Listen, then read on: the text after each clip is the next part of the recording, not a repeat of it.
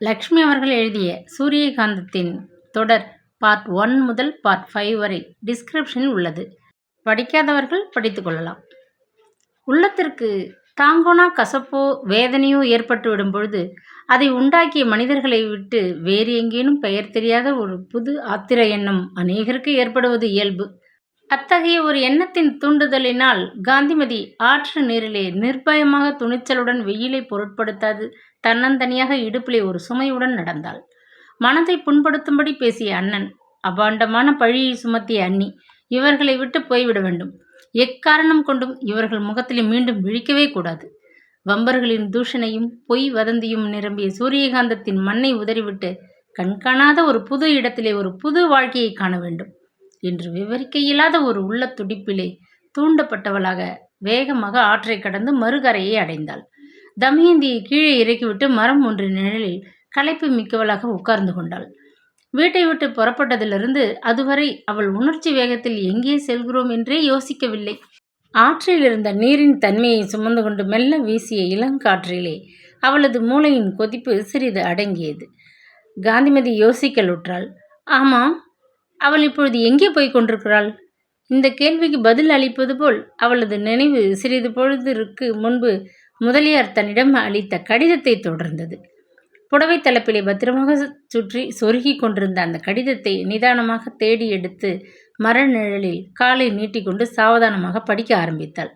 சூரியகாந்தத்திற்கு வடக்கே 300 மைல்களுக்கு அப்பால் இருந்த தேவநகர் என்னும் நகரத்திலிருந்து நண்பர் ஒருவர் சம்பந்த முதலியாருக்கு அக்கடிதத்தை எழுதியிருந்தார்.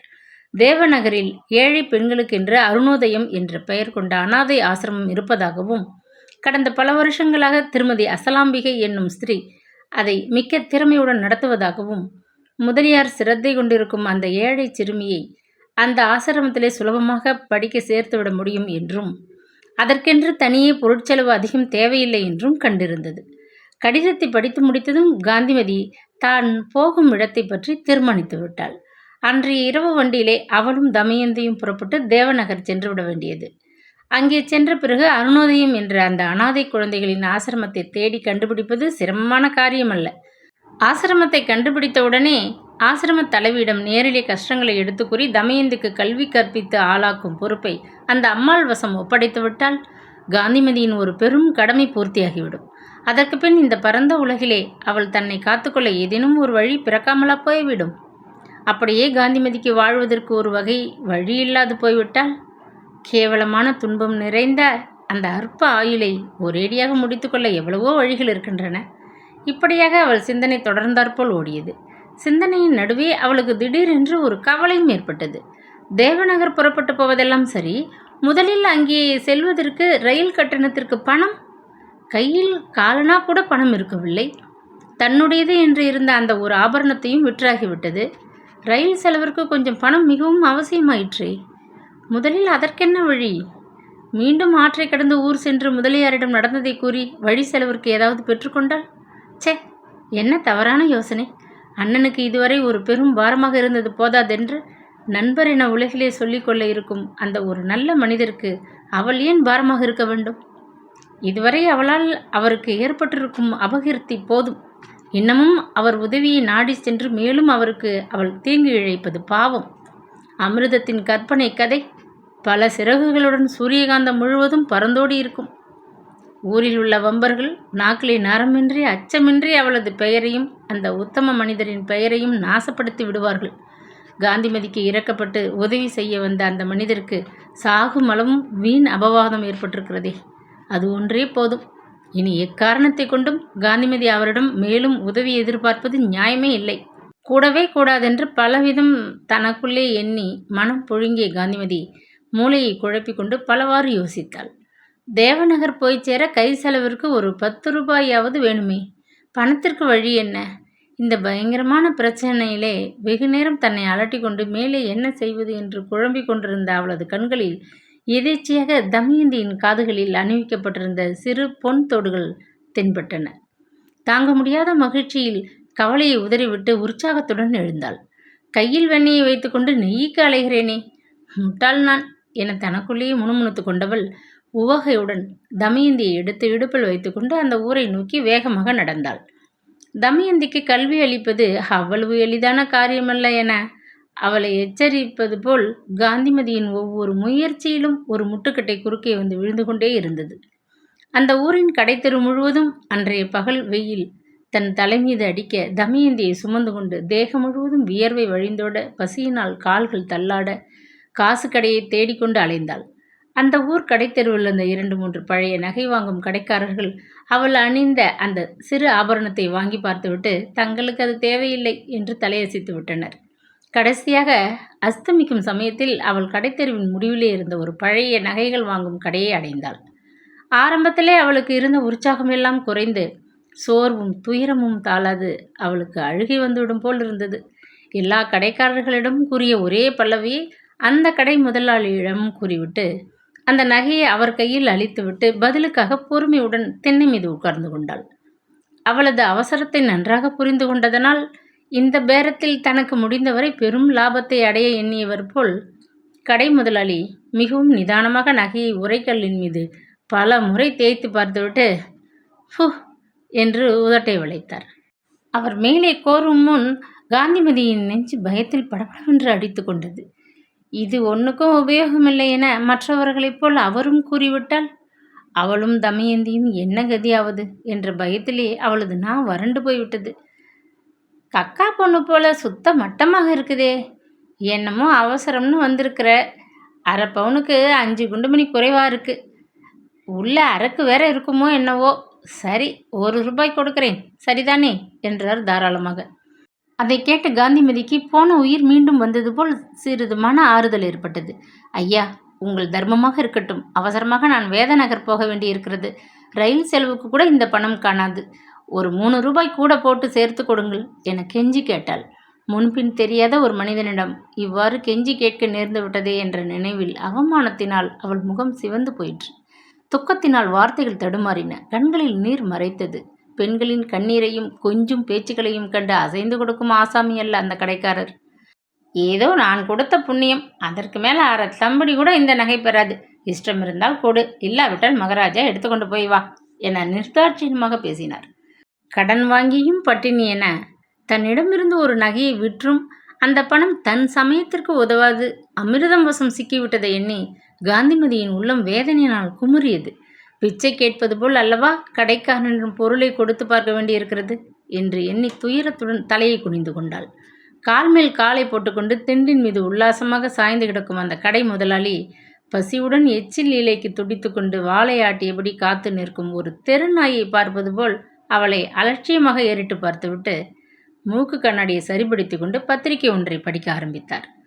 பொழுது நன்றாக அஸ்தமிக்கும் முன் அதை விற்று பணமாக்கி 2 மைல்களுக்கு அப்பாலில் இருந்த ரயில்வே ஸ்டேஷனுக்கு போயாக வேண்டும். வேறு ஒரு கடையில் பார்க்கலாம் என்றாலோ கடைத்தெருவில் அதுதான் கடைசி கடை.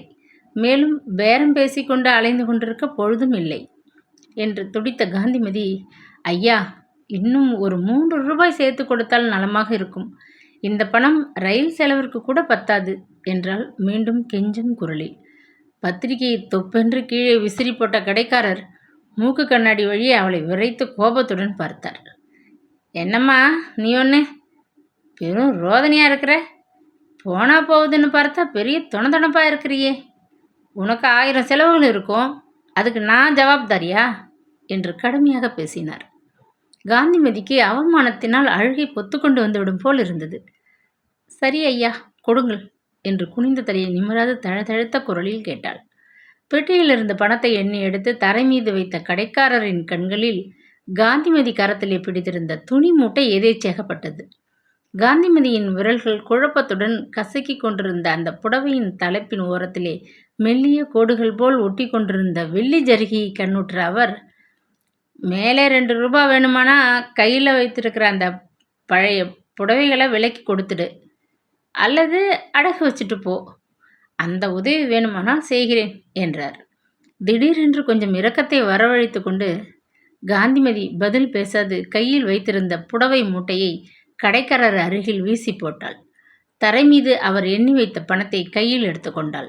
தமயந்தியை தூக்கி இடையில் வைத்துக்கொண்டு அவர் முகத்தை மீண்டும் ஒரு முறை பார்க்கக்கூட பிடிக்காதவள் போல வேகமாக ரயில்வே ஸ்டேஷனை நோக்கி நடந்தாள். தன் காதுகளில் இருந்த தோடுகளை காந்திமதி கழற்றிய போது குழந்தைகளுக்கு இயற்கையாக ஏற்படும் ஆவல் தமயந்திக்கு ஏற்படத்தான் செய்தது. ஆனால் அவள் அதை உடனே கேட்டு தெரிந்து கொள்ள முயற்சிக்கவில்லை. கடைசியாக கையில் வைத்திருந்த நாவல் பழங்களை சுவைத்து தின்று கொண்டிருந்த அவளது கவனம் கடைத்தெருவிலே காணப்பட்ட பல்வேறு காட்சிகளிலும் சென்று விட்டிருந்தது. காந்திமதியின் தோள் மீது சாய்ந்து கொண்டு ரயில்வே ஸ்டேஷனை சமீபித்துக் கொண்டிருந்த தமயந்தியின் உள்ளத்திலே பலவிதமான கற்பனைகள் எழும்பிக் கொண்டிருந்தன. அவைகளை வெளியே சொல்லாது நீண்ட நேரமாக தன்னுள்ளே அடக்கி வைத்துக்கொள்ள அவளால் முடியவில்லை. பெரியம்மா, நான் கெட்டிக்காரியாக படிப்பேன், சொன்னதையெல்லாம் கேட்டுக்கொண்டு நல்ல பெண்ணாக இருப்பேன் என்று திடீரென்று மெல்லிய குரலில் கூறினாள். அதை கேட்டு காந்திமதி தனக்குள்ளே லேசாக புன்னகை செய்தாள். எனக்கு தெரியும், நீ சமர்த்தாக இருப்பாய் என்று என பதில் அளித்துவிட்டு அந்த சிறுமியை தோள் மீது சற்று இறுக்கமாக அன்புடன் அணைத்து கொண்டாள். தான் கூற ஆசைப்பட்ட விஷயத்தை பேசாது மௌனமாகிவிட மனம் ஒப்பாத தமயந்தி, நான் படித்து ரொம்ப கெட்டிக்காரியானதும் வேலைக்கு போவேன், நிறைய பணம் சம்பாதிப்பேன், அந்த பணத்தில் உங்களுக்கு நல்ல பட்டு சேலை ஒன்று வாங்கி தருவேன், அந்த கடைக்காரன் எடுத்துக்கொண்டு விட்டான் அல்லவா, அது போனால் போகட்டும், அதை விட உசத்தியாக நல்லதாக நான் உங்களுக்கு வாங்கி தருவேன் என மழலையுடன் கொஞ்சலாக உற்சாகத்துடன் மொழிந்தாள். அந்த சிறுமி தன்னிடம் காட்டிய களங்கமற்ற பரிவைக் கண்டு காந்திமதி உள்ளம் நெகிழ்ந்து போனாள். என் சமத்து கண்ணே, என்ன பெரிய பேச்செல்லாம் பேசுகிறாய், நீ சௌக்கியமா நல்லா இருடியம்மா, என் செல்வமே என அன்புடன் மொழிந்த அவள் அந்த குழந்தையின் கன்னத்தின் மீது தன் முகத்தை வைத்து ஆசையுடன் அழுத்தி கொண்டாள். மறுநாள் காலை 8 மணிக்கு தேவநகர் ரயில்வே ஸ்டேஷனில் தோளில் தமயந்தியை சார்த்தி கொண்டு காந்திமதி வண்டியை விட்டு இறங்கினாள். முன்பின் பார்த்திராத அந்த பெரிய ஸ்டேஷன் அவளுக்கு மிக்க பிரமிப்பை உண்டு பண்ணியது. டிக்கெட்டிற்கு போனது போக மீதம் வைத்திருந்த ரூபாய் 1இல் 8 அவள் முதல் நாள் இரவு தனக்கும் தமயந்திக்கும் சாப்பிட கொஞ்சம் தின்பண்டங்கள் வாங்கி செலவழித்திருந்தாள். அவள் கையிலே மீதம் இருந்தது 8 நாணயத்துடன் நாகரிக வாழ்வின் சிகரம் போல் திகழ்ந்து கொண்டிருந்த தேவநகருக்குள்ளே காந்திமதி பிரவேசித்தாள். சூரியகாந்தத்தையும் தான் வாழ்க்கைப்பட்டிருந்த கிராமத்தையும் தவிர நகரங்களை கனவில் கூட பார்த்திராத அவளுக்கு எல்லாம் ஒரே பிரமிப்பாக இருந்தன. தெருக்களிலே சென்ற நானாவித வாகனங்களை ஆச்சரியத்துடன் வெறித்து பார்த்தாள். நடைபாதையிலோ கும்பலாக அங்குமிங்குமாக சென்று கொண்டிருந்த ஜனங்கள் அவளுக்கு மிகவும் புதுமையாக காணப்பட்டனர். வானலாவி நின்ற பல கட்டடங்களை பிரமிப்புடன் அண்ணாந்து பார்த்தாள். வழவழப்பாக பெருக்கி மெழுகிய கிராமத்து திண்ணையை போன்று குறுக்கும் நெடுக்குமாக சென்ற தார் போட்ட பாதைகளை ஆச்சரியத்துடன் பார்த்தாள். தமயந்தியை தோளில் சுமந்து கொண்டு அருணோதயம் என்ற ஆசிரமத்தை தேடிக்கொண்டு நகர் முழுவதும் சுற்றி வந்தாள். 2 மணி நேரம் பலரை கேட்டு பல திக்குகளில் சென்றும் ஆசிரமத்தை அடைய வழி தெரியாது தவித்த காந்திமதி கடைசியாக மிகவும் பத்திரமாக வைத்திருந்த கடைசி 8 செலவழிக்க நேர்ந்தது. ஊருக்கு புதியவள் என்பதை அறிந்து கொண்ட ஒரு குதிரை வண்டிக்காரன் சில கஜ தூரத்திலே இருந்த ஆசிரமத்திற்கு தான் அழைத்து செல்வதாக பேரம் பேசி 8 கூலியாக பெற்றுக்கொண்டு நகரத்தை ஒரு முறை வலம் வந்து கடைசியாக அவளை ஆசிரமத்தின் வாயிலில் கொண்டு போய் விட்டான். ஆசிரமத்திற்கு வந்துவிட்டோம், இனி கவலை விட்டது என்று பெருமகிழ்ச்சி அடைந்த காந்திமதி தலைவியை காண பொறுமையுடன் பல மணி நேரம் வராந்தாவில் கிடந்த ஒரு பெஞ்சு மீது உட்கார்ந்து கொண்டு காத்து கிடந்தாள். வெகு நேரத்திற்கு பிறகு தன்னை பார்க்க தலைவி அழைக்கிறாள் என்பதை கேட்டதும் பரபரப்புடன் எழுந்து குழந்தையை தூக்கி கொண்டு தலைவி விற்றிருந்த அறைக்குள் ஆசிரம வேலையால் வழிகாட்ட நுழைந்தாள். இரட்டை நாடி சரீரமும் தும்பை பூவை போல் வெளுத்த தலையும் தங்க பிரேம் போட்ட மூக்கு கண்ணாடியுமாக காட்சியளித்த ஸ்ரீமதி அசலாம்பிகை முகத்திலே கோபம் தாண்டவமாடிக்கொண்டிருந்தது. சாப்பாட்டிற்கு இல்லை என்றும் தாயார் இல்லை என்றும் இன்னும் பல காரணங்கள் கூறிக்கொண்டும் அன்று காலை ஆசிரமத்தில் குழந்தைகளை அனுமதிக்க வந்திருந்த பலரும் அவளது பொறுமையை ஏற்கனவே சோதித்து விட்டிருந்தனர்.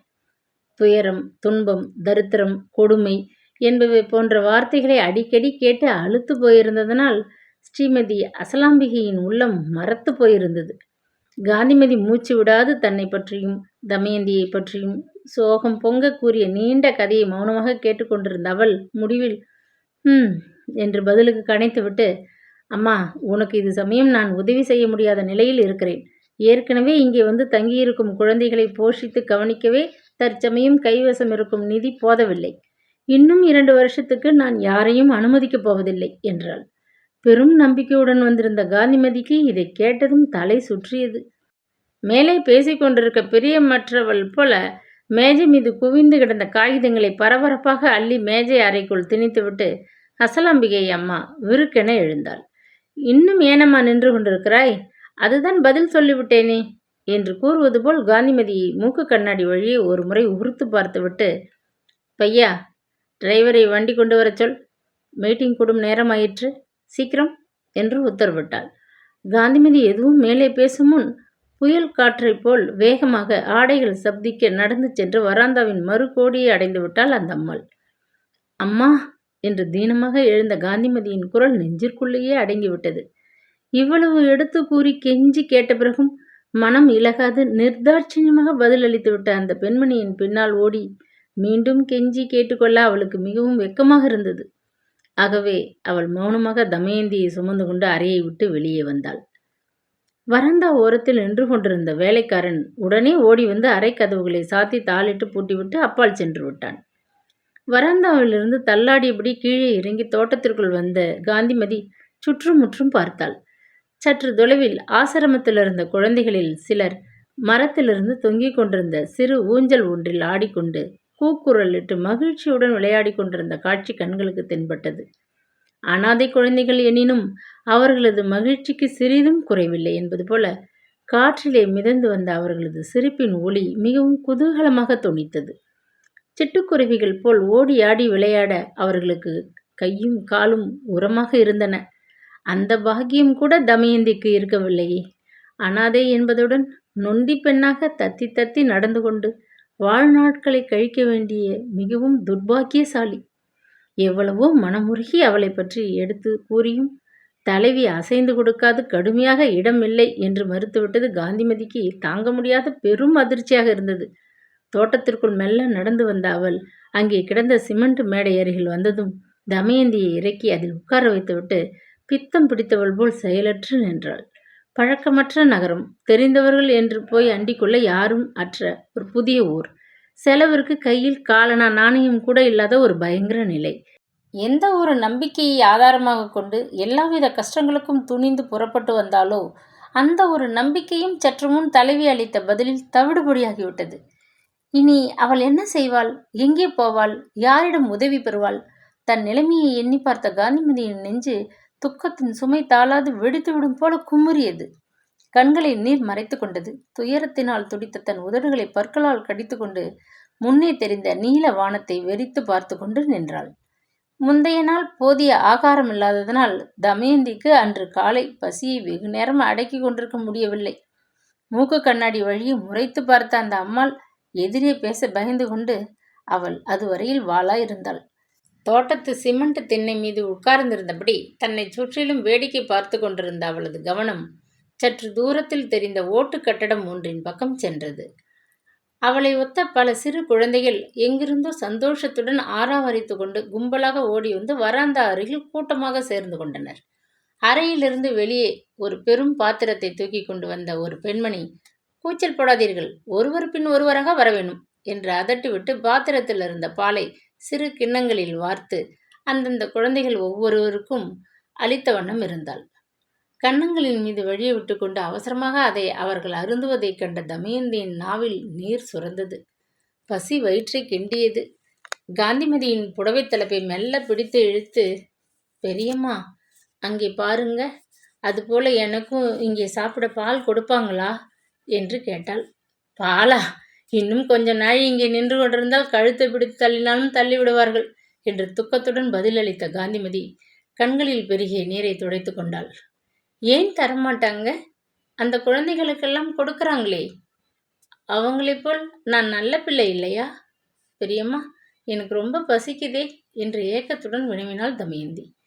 காந்திமதிக்கு துக்கத்தினால் நெஞ்சு பிளந்து விட்டது போல பெரும் வேதனை ஏற்பட்டது. இவ்வளவு சாதுரியமாக பேசுகிற உனக்கு ஆண்டவன் அதிர்ஷ்டத்தை கொஞ்சமும் இல்லாமல் வைத்து விட்டானே என்று முணுமுணுத்தபடி அந்த குழந்தையின் நெற்றி மீது சுருள்களாக விழுந்த கேசத்தை விரல்களால் அன்புடன் கோதிவிட்டாள். ஆனால் அடுத்த கணம் காந்திமதியின் கூற்று முற்றிலும் தவறு என்று நிரூபிப்பது போல் அதிர்ஷ்ட தேவதை கங்காதர முதலியார் வீட்டு வேலைக்காரி பாஞ்சாலி ரூபத்தில் தோட்டத்திற்குள் பிரவேசித்தாள். எஜமானி அம்மாள் தன்னிடம் அளித்த கடிதம் ஒன்றை எடுத்துக்கொண்டு அசலாம்பிகை அம்மாளை காண விரைந்து வந்து கொண்டிருந்த பாஞ்சாலி தோட்டத்திற்குள் நுழைந்த உடனேயே ஆபீஸ் அறையின் கதவுகள் மூடி பூட்டப்பட்டிருப்பதை கண்டாள். தான் வருவதற்குள் ஆசிரமத்தின் தலைவி புறப்பட்டு வெளியே சென்று விட்டாள் என்பதை ஊகித்து கொண்டாள். எனினும் அதை ஊர்ஜிதம் செய்து கொள்ள சுற்றுமுற்றும் பார்த்துவிட்டு வேகமாக சிமெண்ட் திண்ணை அருகில் வந்து, என்ன சிவகாமி, உன் பாடு கொண்டாட்டம் போல இருக்குது. அம்மா வெளியே புறப்பட்டு போனதும் வேலையை கவனிக்காம இங்கே வந்து நின்றுகிட்டு இருக்கிற என்று உற்சாகமாக உரத்த குரலில் கேட்டுவிட்டு மிக்க உரிமையுடன் திண்ணை அருகில் நின்று கொண்டிருந்த பெண்மணியின் முதுகில் கையை ஓங்கி தட்டி கொடுத்தாள். திடுக்கிட்டு திரும்பிய காந்திமதியை கண்ட பாஞ்சாலி திகைத்து போய்விட்டாள். மன்னிச்சுக்கோங்க அம்மா, இந்த கண்டாங்கி கட்டம் சேலையை பார்த்ததும் என் சிநேகிதி சிவகாமின் விளையாட்டுத்தனமாக தட்டிவிட்டேன். மிகவும் அச்சத்துடன் சமாதானம் கூறினாள். அதனால் என்ன, கவலைப்படாதே என்று திணறிய காந்திமதி கண்களில் பெருகிய நீரை சிரமப்பட்டு அடக்கிக் கொள்ளும் நிமித்தம் முகத்தை கீழே தாழ்த்தி கொண்டாள். யாரோ ஊருக்கு புதியவள் போல இருக்கிறது. குழந்தையுடன் ஆசிரமத்திற்கு வந்திருக்கிறாள். என்ன காரணத்தினாலோ பாவம் வெகு நேரமாக அழுது கொண்டிருக்கிறாள் போல இருக்கிறது. முகமும் கண்களும் சிவந்து மிகவும் பரிதாபமாக இருக்கிறதே என தனக்குள்ளே எண்ணி இறக்க வசப்பட்ட பாஞ்சாலி தான் வந்த காரியத்தை சற்று மறந்தவளாக, அம்மா, நீங்க ஊருக்கு புதியவங்களா? ஏன் இங்கே நின்று கொண்டிருக்கீங்க? இந்த குழந்தையை இங்கே சேர்க்கறதுக்கு கொண்டு வந்தீங்களா? அம்மா எங்கேயோ வெளியே போயிருக்காங்க போல இருக்கு. வர 1 மணி ஆகும். அதுக்கு அப்பால 3 மணிக்கு மறுபடியும் ஆஃபீஸுக்கு வருவாங்க. இப்போ நீங்கள் வந்தீங்களா என்று அனுதாபத்துடன் மூச்சு விடாது கேட்டாள். கண்ணீரை துடைத்து கொண்டு காந்திமதி நிமிர்ந்து தன் எதிரே நின்று கொண்டிருந்த அந்த இளம் பெண்ணை ஏக்கத்துடன் பார்த்தாள். பாஞ்சாலியின் வதனத்திலே பொங்கி நின்ற கருணை அவளது உள்ளத்திற்கு கொஞ்சம் அமைதியை உண்டு பண்ணவே, அம்மா, ஆசிரம தலைவியை பார்த்து விட்டேன். இங்கே குழந்தையை சேர்த்து கொள்ள இடம் இல்லை என்று சொல்லிவிட்டார்கள். இதையே நம்பிக்கொண்டு புறப்பட்டு வந்திருக்கும் எனக்கு எங்கே போவதென்றே தெரியவில்லை. நானும் இந்த குழந்தையும் யாருமற்ற அனாதைகள். என்னை விட இந்த குழந்தை மிகவும் துர்பாக்கியசாலி. நீயே பார், இந்த சின்ன வயதிலே விதி இவளுக்கு கொடுத்திருக்கும் பரிசை பார் என்று துக்கத்துடன் திணறிவிட்டு மேலே பேச முடியாது நிறுத்தி கொண்டாள்.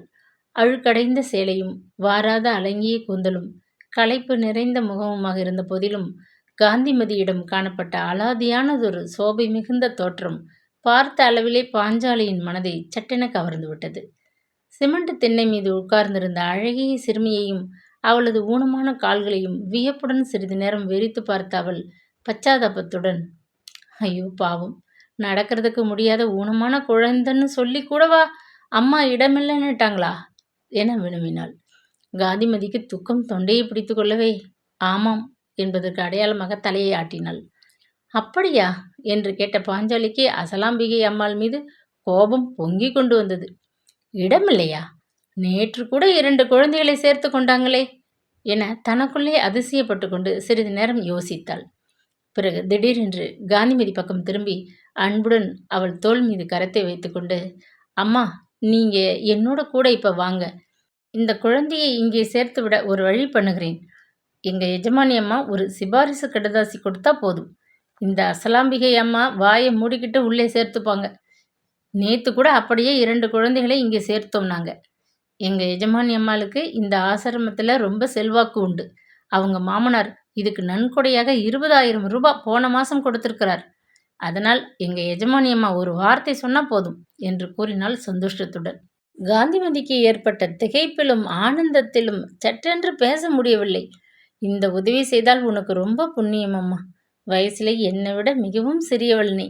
இந்த ஆறுதல் வார்த்தை சொன்னதற்கு உன் காலில் விழுந்து கும்பிட வேணும் போல் என் நெஞ்சு துடிக்கிறது என்றாள் நன்றி வசப்பட்ட உணர்ச்சியுடன். புண்ணியம் பாவம் எல்லாம் இருக்கட்டும் அம்மா.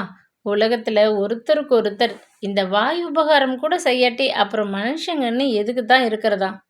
இந்த குழந்தையை எடுத்துக்கொண்டு இப்பவே என்னோட வாங்க என்றாள். அதற்கு பின் நடந்ததெல்லாம் காந்திமதிக்கு அதிசயமானதொரு கனவிலே நடப்பது போல் தோன்றியது. முன்பின் யாரையும் அறியாத ஒரு நகரத்தில் நிர்கதியான அந்த வேளையில் பாஞ்சாலி அவளுக்கு தேவ கன்னிகை போல் தோன்றினாள். முதல்ல நீங்கள் ரொம்ப பசியாக இருப்பீங்க போல இருக்கு. என் வீட்டுக்கு வாங்க, கொஞ்சம் சாப்பிட்டுட்டு எல்லாத்தையும் விவரமாக கேட்டுக்கொண்ட பிறகு பங்களாவுக்கு எங்கள் எஜமானி அம்மா கிட்ட அழைச்சிட்டு போகிறேன் என்றாள். பாஞ்சாலி காலையில் கொண்டு வந்து படைத்த பழைய சோறும் மோரும் பசிக்கு அமிர்தம் போல் சுவையாக இருக்கவே காந்திமதியும் தமயந்தியும் திருப்தியுடன் சாப்பிட்டனர்.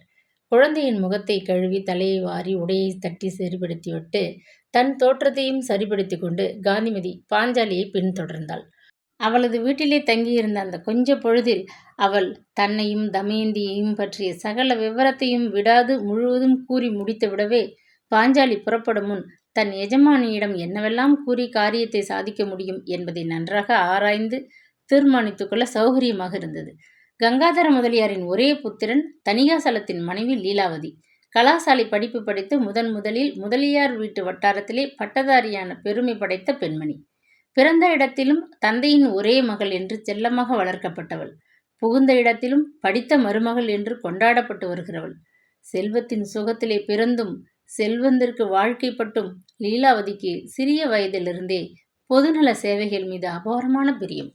அவளது கருத்திற்கு இசைந்த ஒரு கணவனும் வாய்த்து விட்டதனால் அவளது அபிலாஷனைகளை தடையின்றி பூர்த்தி செய்து கொள்ள மிகவும் எளிதாக இருந்தது. 25 வயது கூட பூர்த்தியாகாத சிறு வயதிலேயே அவள் நகரத்திலே மிகவும் பிரபலமாக இருந்த பல பொது ஸ்தாபனங்களில் அங்கத்தினர், அக்ரசானாதிபதி, செயலாளர், நிதி காரியதரிசி என்ற பலவித பதவிகளை தக்க திறமையுடன் வகித்து வந்தாள். ஆரம்பத்திலே அவளது பொதுஜன ஊழியத்திலே அதிருப்தி அடைந்து கோபம் கொண்டிருந்த அவளது மதிப்புக்குரிய மாமனாரும் மாமியாரும் தங்கள் அருமை மருமகளின் பெயர் புகைப்படங்களுடன் புகழுரைகளுடன் பத்திரிகையில் அடிக்கடி தோன்றுவதைக் கண்டதும் அவளது வெளி அலுவல்களை பற்றி குறை கூறி பேசுவதை நிறுத்தி கொண்டனர். ஸ்ரீமதி லீலாவதி சேவா நிலைய கட்டடத்தை திறந்து வைத்தார். ஸ்ரீமதி லீலாவதி கூட்டத்தினரை வரவேற்று பேசுகையில் இவ்வாறு சொன்னார். என தமது மருமகளின் பெயர் நாளுக்கு நாள் பிரபலமடைந்து வருவதைக் கண்ட ஸ்ரீமதி கங்காதர முதலியார் கொஞ்சம் நஞ்சம் இருந்த தனது அதிருப்தியையும் உதறிவிட்டு பூரண சம்மதத்துடன் மருமகளின் கட்சியை ஆதரித்து தானும் பொதுநல சேவையில் வெளியே மருமகளுடன் ஒத்துழைக்கும் அளவுக்கு வந்துவிட்டார். உன் மருமகள் பக்கத்திலே நீ கூட நிற்கிறது போட்டோவில் விழுந்திருக்கிறதே என்று பத்திரிகைகளில் வரும் புகைப்படங்களை கேலி செய்து கொண்டு மனைவியின் பிரபல்யத்தை அனுபவித்து மகிழ்ந்து கொண்டிருந்த முதலியாரும் கடைசியில் மெல்ல பொதுநல ஊழியர்களின் மகிமையினால் கவரப்பட்டு விட்டார். மனைவி மருமகள் இருவரின் தூண்டுதலின் பேரில் புகழுக்கும் கௌரவத்துக்கும் ஆசைப்பட்டு மிகவும் கருமி என பிரசித்தி பெற்றிருந்த கங்காதர முதலியார் அருணோதயம் ஆசிரமத்திற்கு 20,000 ரூபாய் நன்கொடையாக கொடுத்து நகரத்தையே பிரமிக்கச் செய்துவிடும் அளவிற்கு மாறிவிட்டிருந்தார். பொதுநல சேவையினால் இவ்வாறு கவரப்பட்டு தங்களை மறந்து ஊழியம் செய்து வந்த முதலியார் குடும்பம் வசித்து வந்த கங்கா பவனத்திற்குள் பாஞ்சாலி தனது புதிய சிநேகிதியை அழைத்து கொண்டு மிகவும் உரிமையுடன் பிரவேசித்தாள். வெளியே போவதற்கு தன்னை அழகாக அலங்கரித்து கொண்டு உற்சாகத்துடன் பாட்டொன்றை மெல்ல பாடியபடி மாடிப்படிகளின் மீது மானை போல் துள்ளி இறங்கி வந்து கொண்டிருந்த லீலாவதி பாஞ்சாலியை கண்டதும், நான் கொடுத்த கடிதாசியை அம்மாவிடம் கொடுத்தாயா? இன்னைக்கு சாயங்காலம் மறக்காமல் அந்த டீ பார்ட்டிக்கு வந்து விட வேணுங்கிறதையும் சொன்னியா என கேட்டாள். இல்லைம்மா, அதற்குள்ள அவங்க வேற எங்கேயோ வெளியே புறப்பட்டு போயிட்டாங்க. மத்தியானம் ஆஃபீஸ் வேலைக்கு தான் போய் கடிதாசியை கொடுத்துட்டு சொல்லிட்டு வரணும். அம்மா, நீங்கள் அவசரமாக எங்கேயாவது போய்கிட்டு இருக்கீங்களா வந்து என்று இழுத்து விட்டு பாஞ்சாலி தயக்கத்துடன் தலையை சொரிந்து கொண்டு நின்றாள். சற்று தூரத்திலே சுவர் ஓரமாக நின்ற புதிய பெண்மணியையும் அவள் இடையில் இருந்த குழந்தையையும் பார்த்த லீலாவதி அவர்கள் விஷயமாக ஏதோ உதவி கேட்கவே பாஞ்சாலி இந்த பூர்வ பீடிகையெல்லாம் போடுகிறாள் என நினைத்து கொண்டு, என்ன விஷயம் சட்டுன்னு சொல்லு, நான் சும்மா கடைத்தெரு வரை போக கிளம்பினேன். இந்த அம்மா யாரு என்று கேட்டுவிட்டு அங்கிருந்த சோபா ஒன்றில் அமர்ந்து கொண்டாள். பாஞ்சாலி தனது திறமை முழுவதையும் திரட்டி கூறிய அந்த சோக வரலாற்றை கதை போல் பிரமிப்புடன் கேட்டு லீலாவதியின் உள்ளம் பச்சாதாபத்தினால் வெகுவாக கரைந்து போயிற்று. 10 வருஷ தாம்பத்திய வாழ்க்கையில் தனக்கென்று ஒரு குழந்தை பிறக்கவில்லை என்ற குறை அவளது அந்தராத்மாவில் சதா குடிகொண்டிருந்ததனால் எந்த சிறு குழந்தையை கண்டாலும் அவளது உள்ளம் சட்டென்று நெகிழ்ந்துவிடும். அதுவும் சற்று அழகான குழந்தை நோயினாலோ பசியினாலோ வருந்தி கண்ணீர் விட்டு அழும் காட்சியை அவளால் காண சகிக்கவே முடியாது. தமயந்தியின் அழகிய வட்ட வடிவமான சிறிய முகமும் சுருண்ட கூந்தலும் அவளை பெரிதும் கவர்ந்தன. அந்த அழகிய சிறுமியின் காலில் ஏற்பட்டிருந்த ஊனம் அவள் மனதை வருத்தியது. பாஞ்சாலி, கவலைப்படாதே, உன் சிநேகிதிக்கு உதவி செய்கிறேன். சாயங்காலமே அசலாம்பிகையிடம் சொல்லி நாளைக்கே இந்த குழந்தையை ஆசிரமத்தில் சேர்த்து கொள்ள செய்கிறேன் என்றாள். காந்திமதிக்கு ஏற்பட்ட ஆனந்தத்தை விவரிக்கவே இயலாது. நன்றி பெருக்கினால் தடுமாற கை குவித்து, நீங்க குழந்தை குட்டிகளுடன் க்ஷேமமா இருக்கணும் அம்மா. இந்த உதவிக்கு இந்த ஏழை எவ்வளவு கடமைப்பட்டிருக்கிறேன் என்று சொல்லவே முடியாது என்று கூறிவிட்டு தமயந்தியை பார்த்து, இதோ பார், இந்த அம்மாவுக்கு கை குவிச்சு நமஸ்காரம் பண்ணு என்றாள். வெட்கத்துடன் ஒரு கணம் தன் முகத்தை காந்திமதியின் தோள் அருகில் மறைத்து கொண்ட தமயந்தி மெல்லிய குரலில் ரகசியமாக, பெரியம்மா, என்னை கூப்பிட்டு படிப்பு சொல்லி கொடுப்பாங்கன்னு நீங்க சொன்ன அம்மா இவங்க தானே? எனக்கு தெரிஞ்சு போச்சு இவங்க தான் என மகிழ்ச்சியுடன் கூறினாள். ஏதோ நினைத்து கொண்டவள் போல் காந்திமதி கூறியபடியே தன் சிறு கரங்களை குவித்து கொண்டு வெட்கத்தினால் கன்னம் சிவந்து குழியிட, நமஸ்காரம் அம்மா என்றாள் மழலை கொஞ்சம் மொழியில். யாழும் குழலும் மழலை மொழிக்கு முன் இனிமையற்றவை என்று கூறிய தெய்வப் புலவரின் வாக்கு எவ்வளவு உண்மையானது என்று உணர்ந்து வியப்படைந்த லீலாவதி மெய்மறந்து அந்த குழந்தையின் கபடமற்ற அழகிய முகத்தை ஆர்வத்துடன் பார்த்து தன்னை மறந்து சிறிது நேரம் சிலை போல் விற்றிருந்தாள். அந்த குழந்தைக்கு கட்டாயம் உதவி செய்து ஆசிரமத்தில் சேர்த்து விட வேண்டும் என்ற நல்ல எண்ணம் அவளது உள்ளத்தை வியாபித்து நின்றது. இக்கதையின் தொடர்ச்சி நாளை தொடரும். Please subscribe.